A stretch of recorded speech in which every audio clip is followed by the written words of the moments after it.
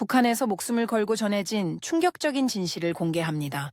여러분의 구독과 좋아요가 침묵 속에 갇힌 수많은 우리 동포들에게 희망이 될 수 있습니다. 5년 전 그날 밤을 떠올리면 지금도 온몸이 떨립니다. 지금 한국에서 딸 미영이 남편과 셋이서 평범한 일상을 살고 있는 게 기적 같아요. 중국으로 떠나자. 지금 당장 30년을 함께 산 남편이 갑자기 탈북을 말했을 때 저는 귀를 의심했습니다. 곧 보위부에서 올 거라며 절망에 빠진 남편의 모습은 처음 보는 것이었습니다. 그런데 막상 중국에 도착하니 고작 나흘 만에 남편은 잠깐 다녀오겠다며 나간 후 사라져버렸습니다. 돈도 연락처도 없이 홀로 남겨진 저와 20살 딸은 절망에 빠졌습니다. 김 사장을 찾아라. 남편이 남긴 것은 이상한 쪽지 하나뿐이었습니다. 그 후 2년 동안 저는 남편을 원망했습니다. 그저 살아남기 위해 중국 농장에서 막노동을 하며 추위에 떨던 그 겨울밤들, 저는 남편에 대한 분노로 잠 못 이루는 날이 많았습니다. 30년을 함께 살았는데 어떻게 가족을 버리고 혼자 도망갈 수 있는지 이해할 수 없었습니다. 하지만 2년 후 김 사장을 만나 들은 진실은 제가 상상했던 것과 완전히 달랐습니다. 박동철은 도망치지 않았습니다. 아오지 탄광에 있습니다. 그 순간 저는 땅이 무너지는 것 같았습니다. 이 정도로 그친 걸 다행으로 아세요. 제가 그토록 원망했던 남편의 배신이 실은 목숨을 건 사랑이었던 것입니다. 제 이름은 박선영입니다. 올해 60살이고 지금은 경기도 작은 도시에서 딸 미영이와 남편 동철과 함께 살고 있습니다. 하지만 5년 전 북한에서 살던 그때를 생각하면 지금도 가슴이 두근거립니다. 2020년 가을, 저희 가족은 함경북도 청진에서 평범하게 살고 있었습니다. 남편 동철은 장마당에서 자파상을 했고 저는 집안일을 하며 20살 딸 미영이의 대학 진학을 준비하고 있었습니다. 어째서인지 그해 가을부터 남편의 모습이 이상해지기 시작했습니다. 처음엔 그냥 장사가 안 되어서 걱정이 많은 줄 알았습니다. 시장에서 돌아온 남편은 평소보다 말수가 적었고 밤에도 뒤척이며 잠을 제대로 이루지 못했습니다. 제가 물어봐도 별일 아니야라고만 하면서 대답을 피했습니다. 남편 요즘 왜 그래? 무슨 일 있어? 아니야. 그냥 장사가 영 안 돼서 고민이 좀 있을 뿐이야. 하지만 남편의 표정은 단순히 장사 걱정만은 아니었습니다. 어떤 두려움 같은 게 느껴졌습니다. 30년을 함께 산 아내의 눈으로 봐도 남편이 뭔가 큰 걱정에 빠져 있다는 걸 알 수 있었습니다. 며칠이 지나면서 남편의 행동은 더욱 이상해졌습니다. 새벽에 일어나 창문 밖을 오래 내다보기도 하고 누군가 문을 두드리면 깜짝 놀라며 몸을 움츠렸습니다. 평소 대담했던 남편의 모습이 아니었습니다. 엄마 아빠가 요즘 너무 이상해요. 무슨 일 있는 거 아니에요? 미영이도 아빠의 변화를 눈치챘습니다. 평소 딸을 무척 아꼈던 남편이 요즘엔 미영이와 눈도 제대로 마주치지 않았습니다. 아빠도 힘든 일이 있을 거야. 우리가 이해해주자. 하지만 속으로는 저도 불안했습니다. 남편이 혹시 큰 실수라도 한 건 아닌가 하는 생각이 들었습니다. 그러던 어느 날 밤 남편이 드디어 입을 열었습니다. 아내야 미영아.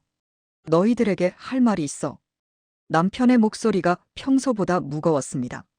미영이와 저는 남편 앞에 앉았습니다. 곧 큰일이 날 것 같아. 우리 가족 모두 위험해질 수 있어. 무슨 큰일? 대체 무슨 일이야? 내가 실수한 일이 있어. 곧 들통날 거야. 남편의 말에 저와 미영이는 얼굴이 하얗게 질렸습니다. 북한에서 실수라는 말은 단순한 실수가 아니었습니다. 아빠, 무슨 실수요? 미영이의 떨리는 목소리에 남편은 한참을 망설였습니다. 지금은 말할 수 없어. 하지만 우리가 여기 있으면 안 돼. 모두 위험해져. 그럼 어떻게 하라는 거야? 중국으로 떠나자. 지금 당장. 남편의 말에 저는 귀를 의심했습니다. 중국으로 떠나자니 그건 탈북을 말하는 것 아닙니까? 남편 정신 나갔어? 탈북이 얼마나 위험한 일인데. 잡히면 우리 모두 죽는다고. 잡혀도 죽고 여기 있어도 죽어. 그럼 차라리. 남편의 목소리가 절망적이었습니다. 제가 30년을 함께 산 남편을 이렇게 절망에 빠진 모습으로 본 적이 없었습니다. 엄마 아빠가 이렇게까지 말하는 건 정말 심각한 일이 있는 것 같아요. 미영이가 조심스럽게 말했습니다. 하지만 미영아, 탈북이 얼마나 위험한지 알잖아. 두만강을 건너다가 얼마나 많은 사람이 죽었는지. 엄마, 저도 무서워요. 하지만 아빠가 이렇게까지 말하는 건. 그날 밤 저희 가족은 밤새 이야기했습니다. 남편은 끝까지 자신이 무슨 실수를 했는지 구체적으로 말하지 않았습니다. 다만 곧 보위부에서 올 거야라고만 했습니다. 보위부라는 말에 저와 미영이는 더욱 무서워졌습니다. 보위부에 끌려가면 살아서 나오기 어렵다는 걸 모르는 사람이 없었습니다. 정말 다른 방법은 없어. 없어. 이제 시간이 별로 안 남았어. 남편의 단호한 목소리에 저는 더 이상 반박할 수 없었습니다. 그럼 언제? 이번 주 안에. 이번 주? 응. 더 늦으면 안 돼. 그 후 사흘 동안 저는 잠을 이룰 수 없었습니다. 30년을 살아온 고향을 떠난다는 것, 그것도 목숨을 걸고 탈북을 한다는 것이 믿어지지 않았습니다. 하지만 남편의 초조해하는 모습을 보면서 저는 결심을 굳혔습니다. 남편이 거짓말을 할 리가 없고 정말 우리 가족이 위험하다면 떠나는 수밖에 없었습니다. 알겠어. 떠나자. 제가 마침내 입을 열자 남편의 얼굴에 안도의 표정이 스쳤습니다. 고마워, 선영아. 너와 미영이를 꼭 지킬게. 그때 남편의 말을 듣고 저는 안심했습니다. 설마 그 말이 마지막이 될 줄 몰랐습니다. 2020년 10월, 저희 가족은 드디어 두만강을 건넜습니다. 다행히 강을 건널 때까지는 별일이 없었습니다. 남편이 미리 알아본 길이었는지 안내하는 사람도 있었고, 날씨도 나쁘지 않았습니다. 중국 땅을 밟았을 때의 그 기분을 지금도 잊을 수 없습니다. 무서웠지만 한편으로는 안도감도 들었습니다. 이제 보위부의 손길이 닿지 않는 곳에 왔다는 생각이었습니다. 이제 됐어. 우리가 해냈어. 남편이 저와 미영이를 꼭 안으며 말했습니다. 아빠, 정말 살았네요. 미영이도 안도의 한숨을 쉬었습니다. 남편은 우리를 연길의 조선족 마을로 데려갔습니다. 거기서 며칠 숨어 지내며 앞으로의 계획을 세운다고 했습니다. 여기서 내 중국 친구를 만날 거야. 그 친구가 우리를 도와줄 거야. 어떤 친구? 장사하면서 알게 된 친구야. 믿을 만한 사람이니까 걱정 마. 남편의 말을 믿고 저희는 조선족 마을의 작은 여관에서 머물렀습니다. 남편은 매일 나가서 그 친구를 만나러 간다고 했습니다. 오늘도 못 만났어. 내일 다시 가볼게.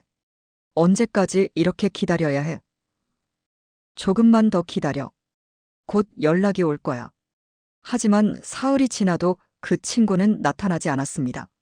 남편은 점점 초조해했고 저도 불안해지기 시작했습니다.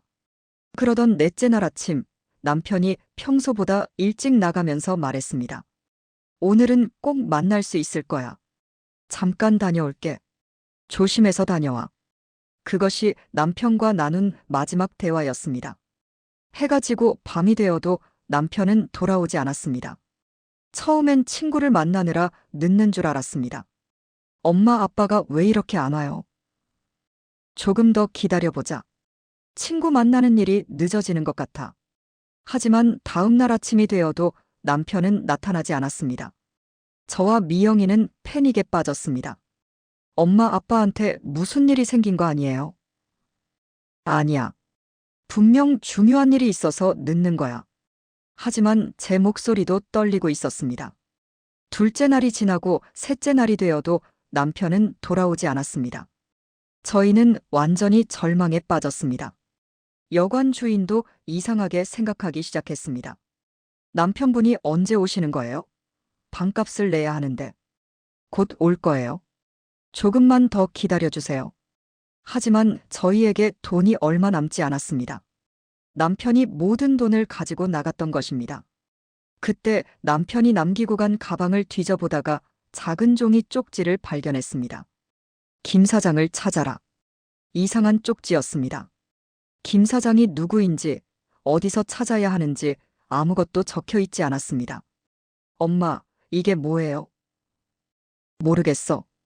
아빠가 왜 이런 쪽지를? 저희는 더욱 혼란에 빠졌습니다. 넷째 날이 되자 여관 주인이 방에서 나가라고 했습니다. 더 이상 기다릴 수 없어요. 방값도 안 내고. 제발요. 하루만 더 기다려주세요. 안 됩니다. 당장 나가세요. 저희는 길거리로 쫓겨났습니다. 갈 곳도 없고 돈도 없는 상황이었습니다. 엄마, 우리 어떻게 해요? 미영이가 울먹이며 물었습니다. 괜찮아. 아빠가 곧 찾으러 올 거야. 하지만 제 마음속에도 불안이 커져갔습니다. 혹시 남편이 우리를 버리고 혼자 도망간 건 아닌가 하는 생각이 들었습니다.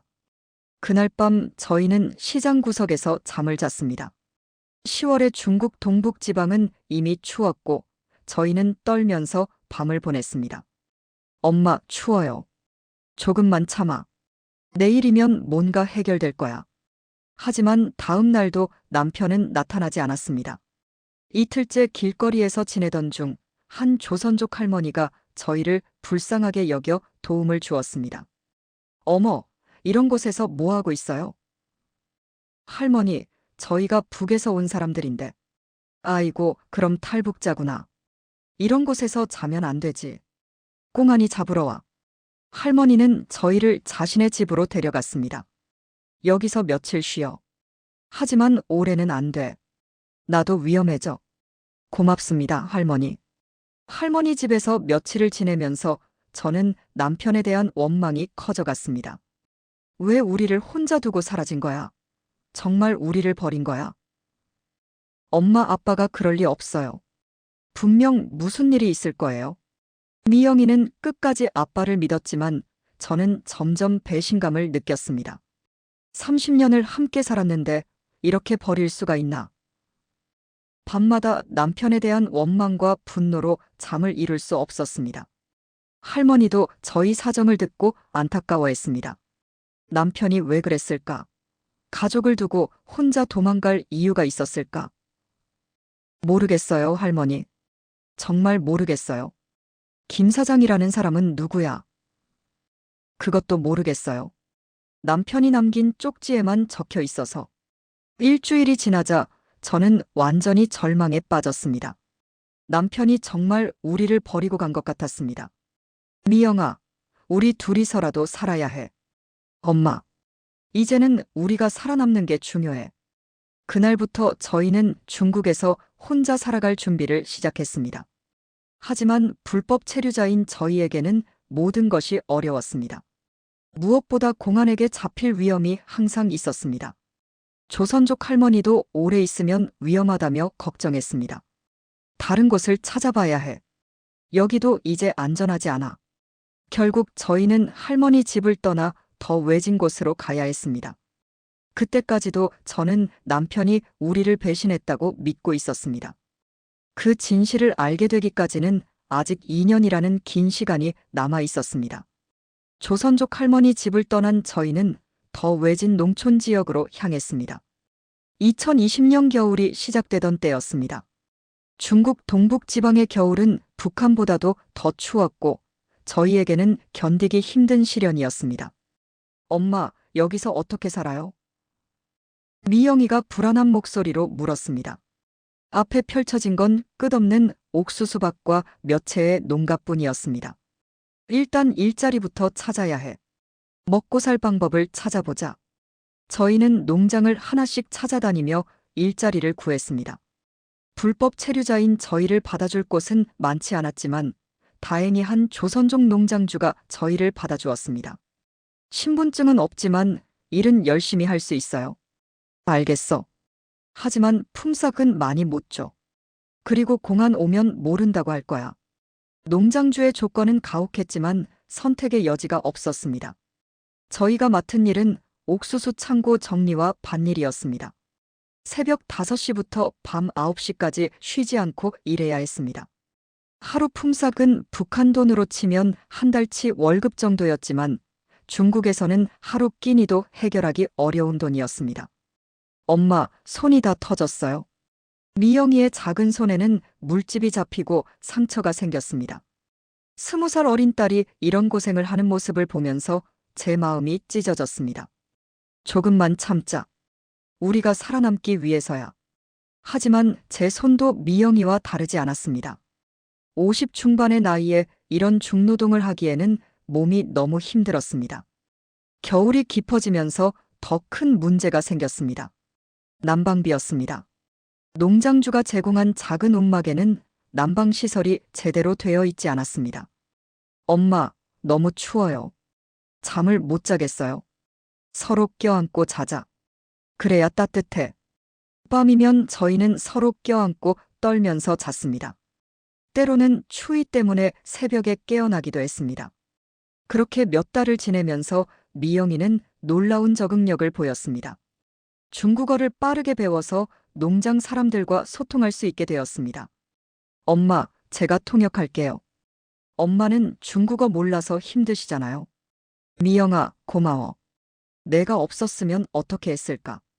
미영이는 단순히 통역만 하는 게 아니라 농장 일도 저보다 빨리 배웠습니다.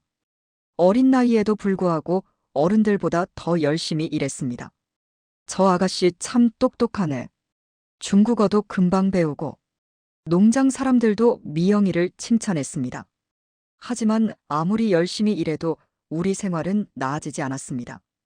번 돈은 모두 생활비로 나갔고 저축할 여유는 전혀 없었습니다. 그런 중에도 저는 가끔 남편이 남긴 김 사장을 찾아라는 쪽지를 생각했습니다. 미영아, 김 사장이라는 사람을 한번 찾아볼까? 엄마, 어떻게 찾아요? 이름도 모르고 어디 있는지도 모르는데. 주변 사람들한테 물어보자. 혹시 아는 사람이 있을지도 몰라. 저희는 조선족 사람들을 만날 때마다 김 사장에 대해 물어봤습니다. 김 사장이요? 김씨 성 가진 사장이 얼마나 많은데요. 탈북자들과 관련된 김 사장 말이에요. 아, 그런 사람이야. 글쎄요. 잘 모르겠는데요. 대부분의 사람들이 모른다고 했지만 가끔 이상한 반응을 보이는 사람들이 있었습니다. 뭔가 알고 있는 것 같지만 말하기 꺼려하는 분위기였습니다. 2021년 봄이 되면서 저희 생활에 조금씩 변화가 생겼습니다. 미영이가 중국어를 잘하게 되면서 농장 외에도 다른 일을 할 수 있게 되었습니다. 엄마, 제가 시장에서 통역 일을 해볼게요. 돈을 더 벌 수 있을 것 같아요. 혼자 나가기엔 위험하지 않을까? 괜찮아요. 조심할게요. 미영이는 시장에서 한국 상품을 파는 상인들의 통역을 도왔습니다. 한국어와 중국어를 모두 할 수 있었기 때문에 꽤 인기가 있었습니다. 어머, 이 아가씨 한국말도 잘하네. 네, 고향에서 한국 드라마를 많이 봤어요. 미영이는 영리하게 자신이 탈북자라는 사실을 숨기면서 일했습니다. 그렇게 1년이 지나면서 저희 생활은 조금씩 안정되어 갔습니다. 하지만 여전히 불법 체류자라는 불안감은 사라지지 않았습니다. 2022년이 되면서 저는 남편에 대한 원망이 더욱 커졌습니다. 1년이 넘게 지났는데 연락 한 번 없어. 정말 우리를 버리고 간 거야. 엄마 아빠가 정말 그럴까요? 아니면 뭐야? 죽었다면 시체라도 나왔을 텐데. 저는 남편이 우리를 버리고 어디선가 혼자 잘 살고 있을 거라고 생각했습니다. 그런데 그해 늦가을 예상치 못한 일이 일어났습니다. 저희가 일하던 농장에 조선족 할머니가 찾아왔습니다. 처음 저희를 도와주었던 그 할머니였습니다. 어머, 할머니.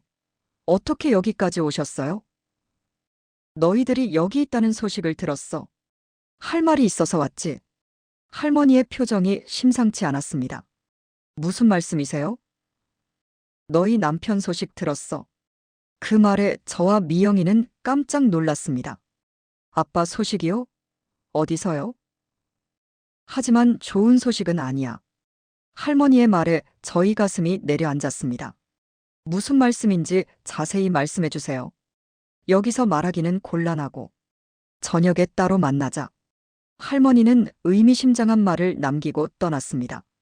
그날 저녁 할머니를 만났을 때의 그 충격을 지금도 잊을 수 없습니다. 너희 남편이 죽지 않았어. 네. 그럼 어디에 있어요? 하지만 만나기는 쉽지 않을 거야. 할머니의 말에 저는 더욱 혼란스러웠습니다. 도대체 무슨 말씀이세요? 김 사장을 찾아보라고 했지? 네, 남편이 남긴 쪽지에 그렇게 적혀 있었어요. 그 김 사장을 찾으면 모든 걸 알 수 있을 거야. 할머니는 김 사장의 연락처를 알려주었습니다. 하지만 조심해. 위험한 사람들이야. 그날 밤 저는 잠을 이룰 수 없었습니다. 남편이 살아있다는 사실과 동시에 위험한 사람들이라는 할머니의 말 때문이었습니다. 엄마, 정말 김 사장을 찾아볼 거예요? 그래야 할 것 같아. 아빠가 왜 우리를 두고 갔는지 알고 싶어. 2년 동안 남편을 원망하며 살아왔지만 정작 진실을 알 기회가 왔을 때는 무서웠습니다. 하지만 더 이상 모른 채로 살 수는 없었습니다. 2022년 봄, 저는 드디어 김 사장을 만나기로 결심했습니다. 할머니가 알려준 연락처로 연락을 했을 때 상대방의 반응이 예상과 달랐습니다. 박동철의 아내요? 정말요? 목소리에 놀라움이 담겨 있었습니다. 네, 맞습니다. 남편이 김 사장을 찾으라고 했어요. 어디서 만날까요? 조심해야 하니까 안전한 곳에서 만납시다. 김 사장은 연길의 한 조용한 식당을 약속 장소로 정했습니다. 약속날 저와 미영이는 떨리는 마음으로 식당에 갔습니다. 김 사장은 50대 중반의 조선족 남자였습니다. 첫인상은 평범해 보였지만 눈빛이 예사롭지 않았습니다. 박선영 씨 맞죠? 네, 맞습니다. 앉으세요. 할 말이 많습니다. 김 사장의 첫 마디가 충격적이었습니다. 박동철은 죽지 않았습니다. 네. 그럼 어디 있어요? 하지만 만나기는 어려울 겁니다. 김 사장은 찻잔을 들며 천천히 말했습니다. 남편분이 어디 있는지 말씀해 주세요. 아오지 탄광에 있습니다. 그 말에 저와 미영이는 얼굴이 새하얗게 질렸습니다. 아오지 탄광은 북한에서 가장 악명 높은 정치범 수용소였습니다. 아오지요? 왜 아빠가 거기에? 미영이의 떨리는 목소리에 김 사장이 한숨을 쉬었습니다. 긴 이야기입니다. 천천히 설명해 드릴게요. 김 사장은 놀라운 사실을 털어놓기 시작했습니다. 박동철 씨는 저희와 함께 일했습니다. 무슨 일이요? 탈북민들을 돕는 일이요. 저는 귀를 의심했습니다. 저희는 북한에서 위험에 빠진 사람들을 중국으로 빼내는 일을 합니다. 박동철 씨가 북한 내부에서 저희를 도와줬어요. 남편이요? 네. 몇 년 동안 많은 사람들을 구했습니다. 김 사장의 말이 계속되면서 저는 남편에 대해 전혀 몰랐던 사실들을 알게 되었습니다. 그런데 작년에 일이 틀어졌습니다. 누군가 밀고를 했어요. 밀고요. 네. 박동철 씨의 정체가 보위부에 발각된 거죠. 그래서 우리에게 탈북하라고 한 거예요? 맞습니다. 자신이 잡히면 가족들도 위험해진다는 걸 알았거든요. 김 사장의 설명을 들으면서 저는 남편의 그날 밤 모습이 이해되기 시작했습니다. 그럼 왜 중국에서 우리를 두고 사라진 거예요? 이 질문에 김 사장의 표정이 더욱 어두워졌습니다. 그날 박동철 씨는 저를 만나러 온 게 아니었습니다. 네. 보위부 요원들이 중국까지 추적해 온 거였어요. 보위부가 중국까지요? 네. 박동철 씨는 그들에게 붙잡혔습니다. 그 말에 저는 머리가 하얗게 되었습니다. 그럼 남편이 우리를 버린 게 아니라 붙잡힌 겁니다. 여러분을 지키려고 끝까지 행방을 말하지 않았어요. 김 사장의 다음 말이 더욱 충격적이었습니다. 보위부에서 박동철 씨를 고문하면서 가족들의 행방을 캤습니다. 하지만 끝까지 말하지 않았어요. 아빠가 미영이의 눈에서 눈물이 흘러내렸습니다. 그 덕분에 여러분들을 찾지 못했습니다. 만약 박동철 씨가 입을 열었다면 여러분들은 진작 북한으로 끌려갔을 거예요. 저는 2년 동안 남편을 원망했던 제 자신이 부끄러웠습니다. 제가 얼마나 잘못 생각했는지 이해합니다. 상황을 모르셨으니까요. 김 사장이 위로하듯 말했습니다. 그런데 아우지에 있다고 하셨는데 정말 확실한 거예요? 네. 저희가 확인했습니다. 작년 겨울에 아우지로 이송되었어요. 그럼 이제 어떻게 해야 하죠? 김 사장이 잠시 망설이더니 조심스럽게 말했습니다. 구출할 방법이 있습니다. 정말요? 하지만 매우 위험하고 돈도 많이 듭니다. 얼마나 들어요? 최소 $10,000는 필요할 겁니다. $10,000라는 금액에 저희는 절망했습니다. 2년 동안 모은 돈을 다 합쳐도 $1,000가 안 되었습니다. 그렇게 많은 돈을 어떻게 구하죠? 시간을 두고 모으셔야 합니다. 그리고 김 사장이 더욱 조심스럽게 말했습니다. 여러분들도 직접 도와야 합니다. 저희가요? 네. 구출 작전에 가족이 참여해야 성공 확률이 높아집니다. 어떻게 도와야 하는데요? 박동철 씨에게 신호를 보내고 탈출 루트를 확보하는 일들이요. 김 사장의 설명을 들으면서 저는 남편을 구하겠다는 결심을 굳혔습니다. 하겠습니다. 뭐든지 하겠어요. 엄마, 저도 도울게요. 아빠를 꼭 구해야 해요. 미영이도 단호하게 말했습니다. 김 사장이 우리의 결심을 보고 고개를 끄덕였습니다. 그럼 계획을 세워봅시다. 하지만 최소 1년은 걸릴 겁니다. 1년이요? 아우지에서 사람을 빼내는 건 쉬운 일이 아닙니다. 철저한 준비가 필요해요. 그날부터 저희의 삶이 완전히 바뀌었습니다. 단순히 생존하기 위해 사는 게 아니라 남편을 구출하기 위해 사는 것으로 목표가 바뀌었습니다. 엄마, 이제 희망이 생겼네요. 그래, 미영아. 아빠를 꼭 구해내자. 김 사장과 헤어지면서 저는 지난 2년 동안의 원망과 분노가 모두 사라진 것을 느꼈습니다. 그 대신 남편에 대한 사랑과 그리움, 그리고 미안함이 가슴을 가득 채웠습니다. 동철아, 기다려. 내가 꼭 구해낼게. 그 밤 저는 오랜만에 남편 꿈을 꾸었습니다. 꿈속에서 남편은 여전히 저와 미영이를 걱정하고 있었습니다. 다음 날부터 저희는 남편 구출을 위한 새로운 삶을 시작했습니다. 돈을 모으고 계획을 세우고 기다리는 긴 여정의 시작이었습니다. 김 사장과의 만남 이후 저희의 삶은 완전히 바뀌었습니다. 2022년 여름부터 저희는 남편 구출을 위한 본격적인 준비에 들어갔습니다. 일단 돈부터 모아야 합니다. $10,000는 큰 돈이에요. 김 사장이 현실적인 조언을 해주었습니다. 지금까지 하던 농장 일로는 언제 모을지 모르겠어요. 다른 일을 더 찾아보셔야 해요. 미영 씨는 중국어를 잘하니까 더 좋은 일을 할 수 있을 거예요. 김 사장의 말에 따라 미영이는 연길 시내의 무역회사에서 통역 일을 시작했습니다. 한국어, 중국어를 모두 할 수 있어서 월급이 농장 일보다 훨씬 좋았습니다. 엄마, 이제 한 달에 $800씩 벌 수 있어요. 정말? 그럼 1년이면 $10,000까지는 아니지만 그래도 많이 모을 수 있을 거예요. 저도 농장 일 외에 다른 일을 더 찾았습니다. 조선족 식당에서 설거지와 청소를 하며 추가 수입을 만들었습니다. 하루에 18시간씩 일하는 날이 많았지만 힘들다는 생각이 들지 않았습니다. 남편을 구출한다는 목표가 있었기 때문입니다. 엄마, 너무 무리하지 마세요. 괜찮아. 아빠 생각하면 이 정도는 아무것도 아니야. 그런데 돈을 모으는 것보다 더 어려운 일이 기다리고 있었습니다. 구출 작전에 직접 참여하는 것이었습니다.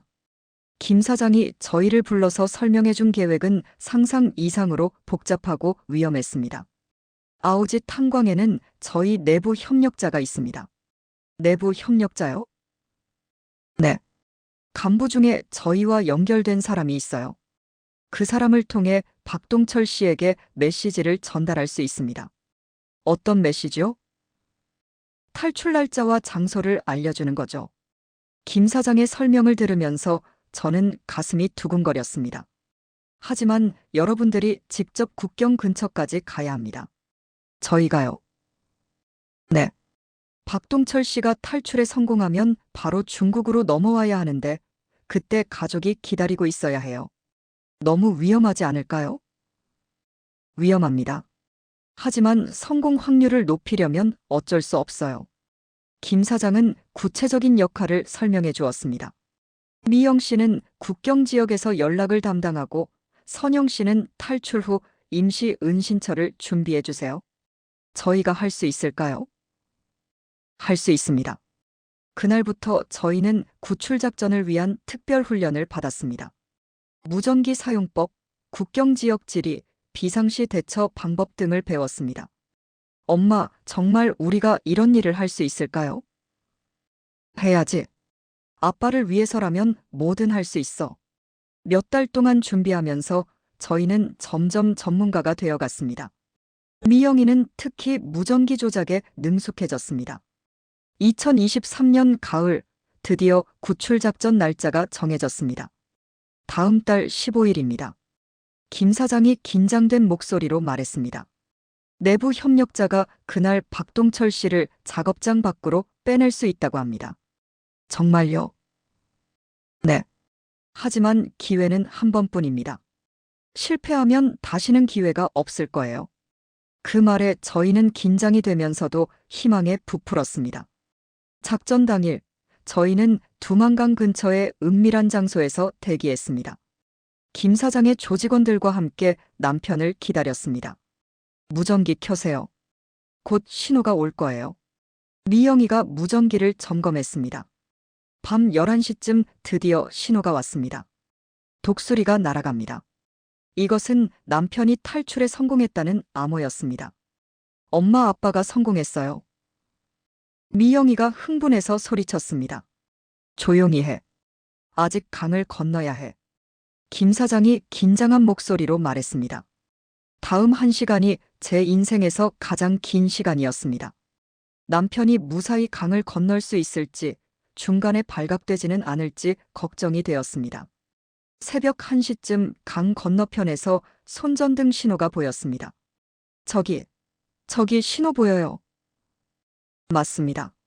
박동철 씨가 왔어요. 김 사장의 부하들이 즉시 배를 띄워 남편을 데려왔습니다. 물 위에서 가까워지는 배를 보면서 저는 눈물이 났습니다.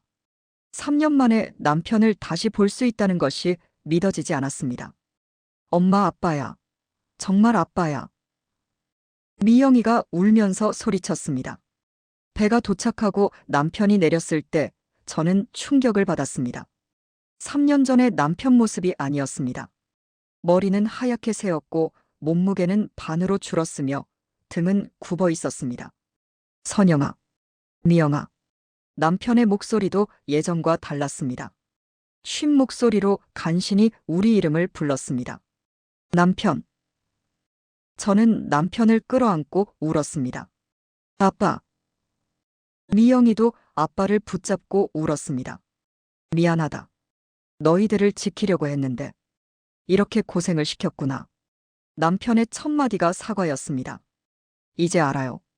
당신이 우리를 사랑해서 그런 거였다는 걸. 엄마가 얼마나 아빠를 그리워했는지 몰라요. 우리 가족은 그 자리에서 한참을 울었습니다. 3년 동안의 그리움과 고통, 오해와 진실이 모두 눈물과 함께 흘러나왔습니다. 이제 괜찮다. 우리 다시 함께야. 남편이 힘없는 목소리로 말했습니다. 하지만 기쁨도 잠시 남편의 건강 상태가 심각하다는 것을 알 수 있었습니다. 병원에 가야 해요. 김 사장이 걱정스럽게 말했습니다. 아니야. 괜찮아. 아빠, 너무 마르셨어요. 병원에 가야 해요. 남편은 아우지에서 3년 동안 제대로 먹지도 못하고 혹독한 노동을 했기 때문에 몸이 많이 상해 있었습니다. 일단 안전한 곳으로 이동합시다. 우리 가족은 김 사장의 안전가옥으로 이동했습니다. 거기서 남편은 며칠 동안 쉬면서 몸을 회복했습니다. 아우지에서 어떻게 살았어? 말하기 힘들어. 하지만 너희들 생각으로 버텼어. 남편은 수용소에서의 이야기를 자세히 하려 하지 않았습니다. 너무 끔찍한 경험이었기 때문일 것입니다. 이제 됐어. 과거는 잊고 앞으로만 생각하자. 일주일 정도 지나면서 남편의 건강이 조금씩 회복되었습니다. 그리고 우리는 다음 계획을 세워야 했습니다. 이제 한국으로 가야죠. 김 사장이 제안했습니다. 한국으로요? 네. 중국에 계속 있으면 위험해요. 특히 박동철 씨는 더욱 그래요. 남편도 동의했습니다. 그래, 한국으로 가자. 거기서 새로 시작하자. 그렇게 해서 우리 가족의 한국행이 결정되었습니다. 2023년 겨울, 우리 가족은 한국행을 준비했습니다. 김 사장이 한국으로 가는 루트까지 도와주기로 했습니다. 한국 가는 길도 쉽지 않습니다. 하지만 여러분들은 이미 충분히 증명했어요. 김 사장이 격려해 주었습니다. 어떤 길로 가야 하나요? 몽골을 거쳐가는 게 가장 안전합니다. 몽골까지 가는 길도 험난했지만 아우지에서 남편을 구해낸 우리에게는 더 이상 두려울 게 없었습니다. 엄마, 이제 정말 자유로운 땅에서 살 수 있을까요? 그럼 미영아, 이제 우리 자유야. 남편의 건강이 어느 정도 회복되자 드디어 출발 날이 정해졌습니다. 조심해서 가세요. 한국에 도착하면 연락 주세요. 김 사장과 작별 인사를 나누면서 저는 감사함을 느꼈습니다. 그가 아니었다면 남편을 구할 수도 한국에 갈 수도 없었을 것입니다. 정말 고마웠어요. 언젠가 꼭 은혜를 갚겠어요. 은혜는 무슨요? 우리 모두 같은 민족 아니에요. 몽골까지 가는 길은 이틀이 걸렸습니다. 남편이 아직 완전히 회복되지 않아서 자주 쉬어가며 이동했습니다. 괜찮아. 너무 무리하지 마. 괜찮아. 자유를 향해 가는 길인데 이 정도쯤이야. 남편의 의지가 대단했습니다. 몽골에서 한국 대사관에 도착했을 때의 그 기분을 잊을 수 없습니다. 대한민국 국민이 될 수 있게 도와주세요. 대사관 직원이 우리를 따뜻하게 맞아주었습니다. 고생 많으셨습니다. 이제 안전합니다. 그 말을 듣는 순간 저는 눈물이 났습니다. 정말로 자유로운 땅에 왔다는 실감이 났습니다. 며칠 후 우리는 인천공항에 도착했습니다. 한국 땅을 밟는 순간의 감동은 말로 표현할 수 없었습니다. 미영아, 우리 해냈어. 엄마, 정말 꿈 같아요. 공항에서 하나원으로 이동했을 때 우리와 같은 탈북민들을 많이 만났습니다. 어디서 오셨어요? 함경북도 청진에서 왔어요. 아, 청진이요? 저는 평양에서 왔어요. 하나원에서의 생활은 새로운 경험이었습니다. 한국 사회에 적응하기 위한 교육을 받으면서 우리는 점점 한국인이 되어갔습니다. 남한 말이 조금 다르네요. 금방 적응하실 거예요. 교육을 받으면서 미영이는 한국 대학에 진학하고 싶다는 꿈을 키웠습니다. 엄마, 저 대학교 가서 사회복지학을 공부하고 싶어요. 사회복지학을? 네. 우리 같은 탈북민들을 도와주는 일을 하고 싶어요. 미영이의 꿈이 대견했습니다. 남편도 새로운 계획을 세웠습니다. 나도 탈북민들을 도와주는 일을 하고 싶어. 어떤 일? 상담사 같은 일 말이야. 내 경험을 살려서 다른 사람들을 도와주고 싶어.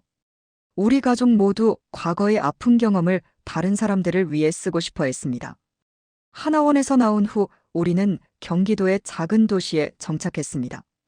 정부에서 제공해준 작은 아파트였지만 우리에게는 궁정 같았습니다. 우리 집이야. 정말 우리만의 집이야. 엄마, 이제 진짜 자유네요. 2024년 봄 미영이는 한국의 한 대학교에 편입했습니다. 사회복지학과였습니다. 엄마, 아빠 열심히 공부해서 꼭 성공할게요. 우리 딸이 자랑스러워. 남편도 탈북민 상담센터에서 일을 시작했습니다. 오늘 상담받으러 온 분이 아우지 출신이래. 그럼 당신이 제일 잘 도와줄 수 있겠네.